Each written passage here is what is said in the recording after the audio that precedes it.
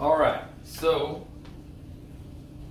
due to popular demand, I'm gonna show y'all how to do a pour over espresso because some of my friends asked. And Thomas, if you're watching, yeah, I know I'm probably doing it wrong, so that's okay. Anyways, today we're gonna be using this espresso blend. It's local here in Austin. Looks pretty good. Haven't tried it before. It's in here. So we're gonna grind it.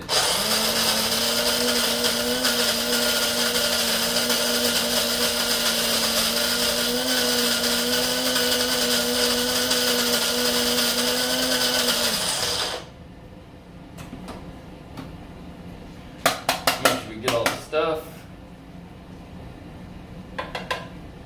Alright, and then, it's pretty straightforward. Right here, I don't know if you guys can see that, but just pour it into here.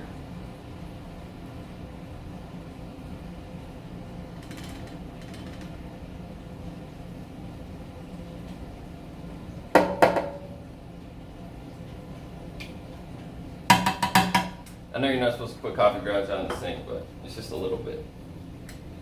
So don't fret.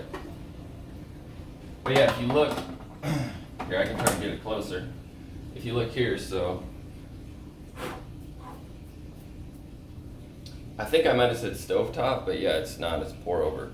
But anyways, stovetop's over here. This is the stovetop right here. I don't actually use it very often, but it works kind of similar, I guess, but it just kind of sits in there, but it like percolates essentially. So the pressure forces it down.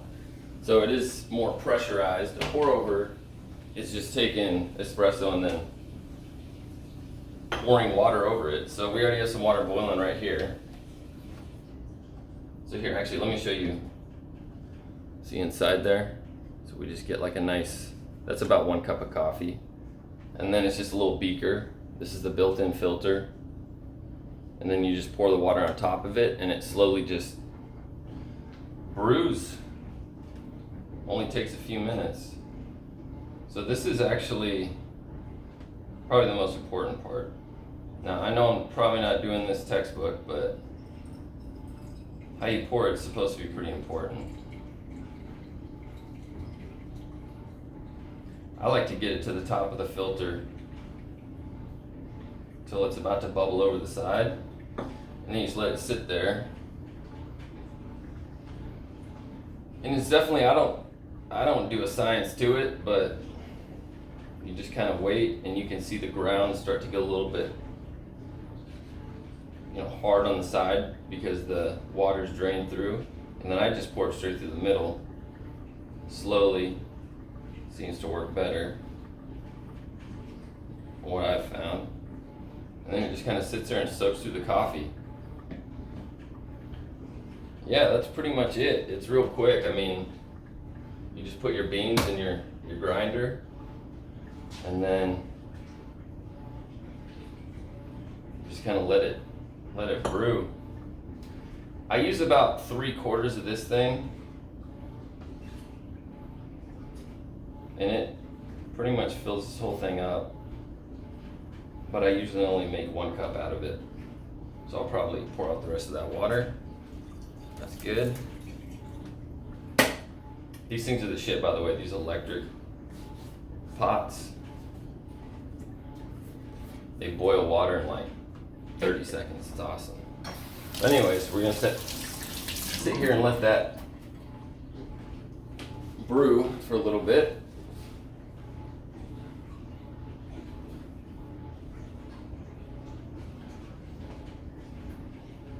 It's about done.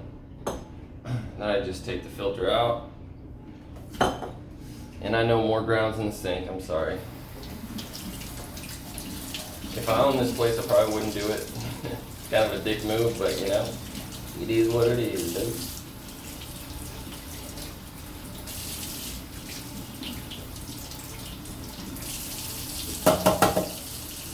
That's pretty much it right there.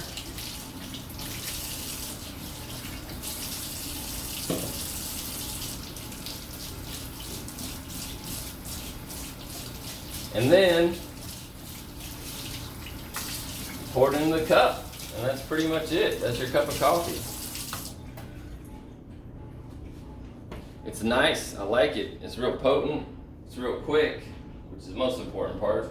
And I'm not a huge coffee nut, so for me it's good enough. But I don't know if y'all can see this, but you know, nice and steamy.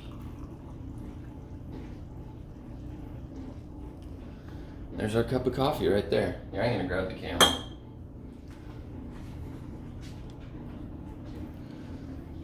See that?